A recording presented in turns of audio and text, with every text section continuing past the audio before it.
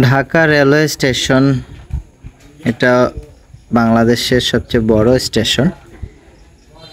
মানুষ এই নিচ থেকে কাউন্টার থেকে টিকিট কাটে। এখানে এই স্টেশনে কিছু ব্যাংকের এটিএম বুথ আছে, যাদের অর্থ সংগ্রহের প্রয়োজন হয় তারা এইগুলি থেকে অর্থ কালেক্ট করে।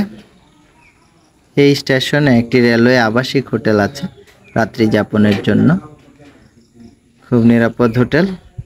এখানে দ্বিতীয় তলায় বিরতি রেস্তোরাঁ আছে, এখানে খাবার দাবার মানসম্মত খাবার পাওয়া যায়।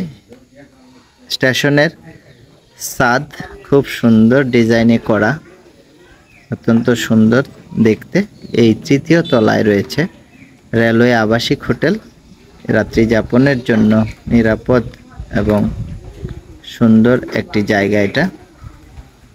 এখন যে স্টেশনটি দেখতে পাচ্ছেন এটি হচ্ছে খুলনা,